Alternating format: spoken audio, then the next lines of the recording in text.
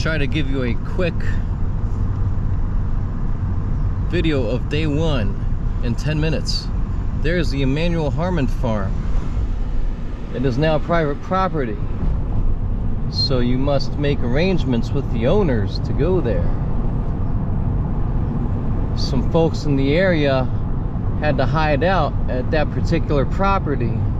A very, very harrowing experience. We just crossed Willoughby Run, which is pretty much where the day one battle begins.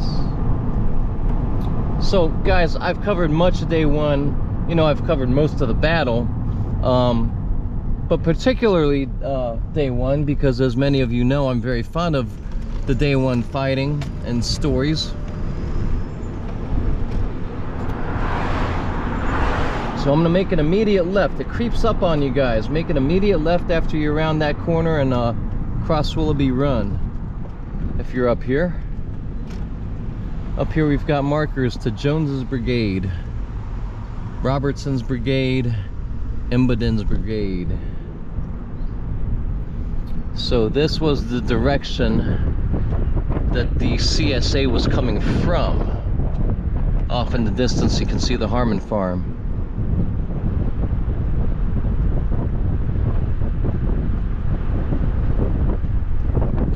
Again, this the Battle of Gettysburg was largely by accident, you know, despite the fact that all roads led to Gettysburg, and despite the fact that folks needed shoes and supplies and all that, it was still largely an accident. Neither Meade nor Lee were here on the first day, at least not for most of it.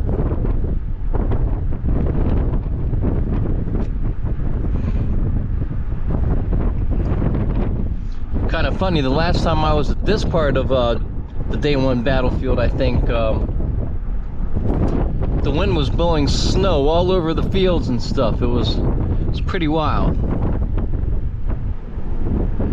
I gotta keep it moving. This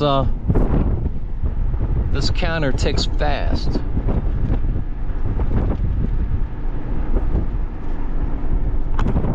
I really think this monument up here is pretty cool.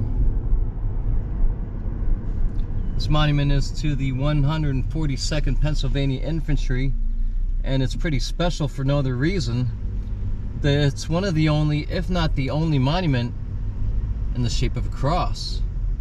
This is to New York, as you can see, but it's one of those monuments that's partly to a state and also to a particular person. That would be Abner Doubleday. So J.J. Archer was splashing across Willoughby Run. He actually gets captured by a private, I always get this wrong, Maloney or Mahoney, I think Maloney, wrestles him to the ground and turns him over to Doubleday, and as everybody knows, Doubleday quips, "Hell, well, Archer, it's great to see you." And Archer shoots back, "Well, it's not great to see you by a damn." So I'm gonna keep it moving, guys. This is the Reynolds Woods here. This is where John Reynolds was shot and killed. A lot of controversy surrounds how he was shot or who shot him. It probably was not a sharpshooter. One of those Gettysburg myths. There's a nice tour group of young people. With any luck. Okay, so this is McPherson's Ridge. And that's McPherson Farm. That is part of the National Park Service property. So you're welcome to have a gander and walk around. Over there we've got the monuments to Reynolds and Buford's, as many of you know, but I've covered that fairly recently, so I'm not going to make the left here, and I'm going to hope I get a green light up here pretty soon so we can keep things moving.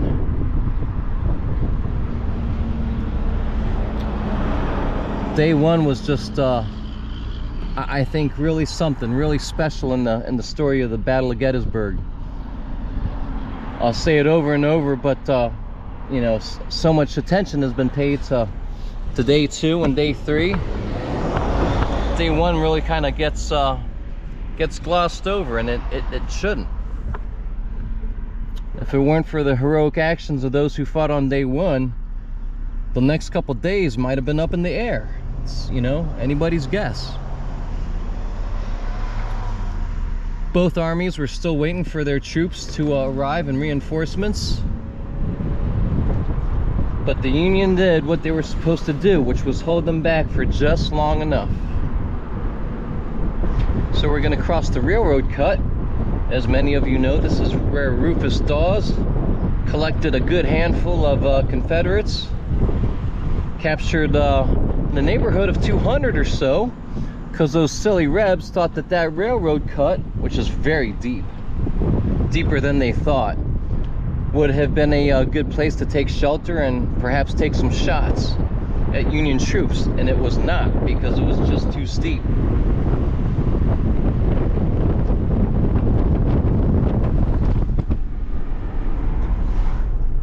Oh, I gotta do this quick, guys, sorry.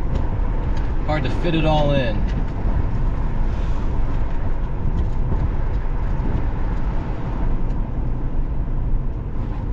Gonna make a left here.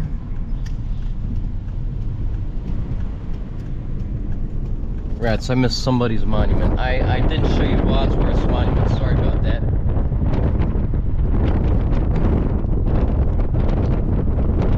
I know you can hear the wind, but I do have my homemade baffle on, just so you know. Somebody kind of tailgating me who's being quite annoying.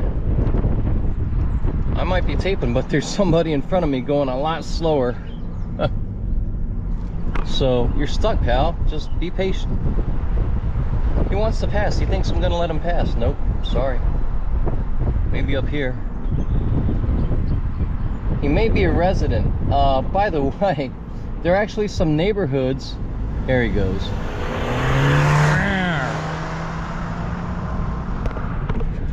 Freaking a-hole. A-hole.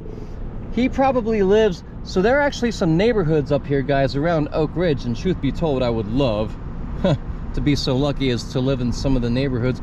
There's a neighborhood back before Willoughby Run across Lincoln Highway, and there's some neighborhoods up here past Oak Ridge and the Peace Light Memorial.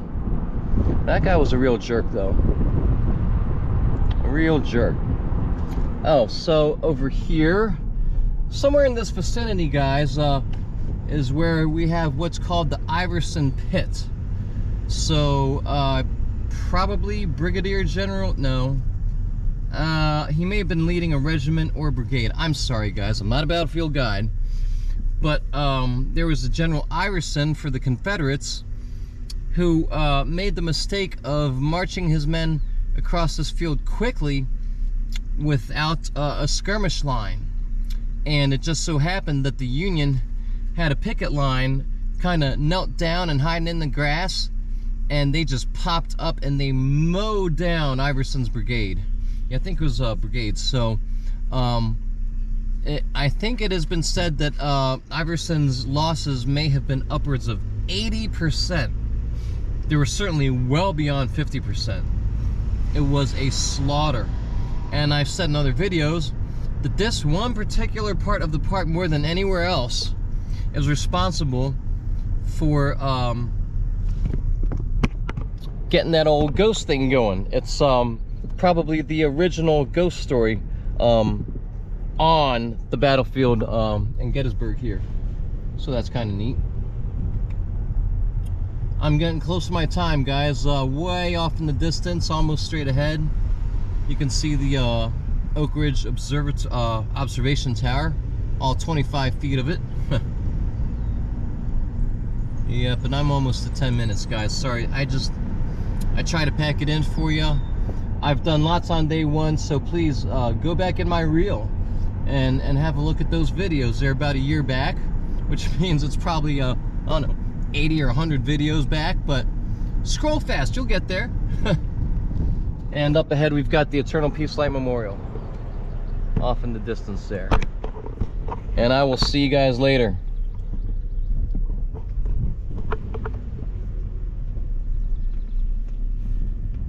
Oh, and sorry, no, I've got about 45 seconds. I did not include, quite obviously, Barlow's Knoll, because there's no way I'd be able to get to that in time. For those who are new to this, The day one's fighting progressed in a pretty neat direction from west to east. So that's why this car tour is one of the best car tours, because it's in the most linear, you know, progression, instead of kind of going all over the place, you know, like a lot of day 2.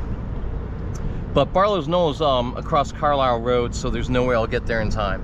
Now I'm about up to 10.5 minutes, guys. There's the Eternal Peace Light Memorial, and I will see you later.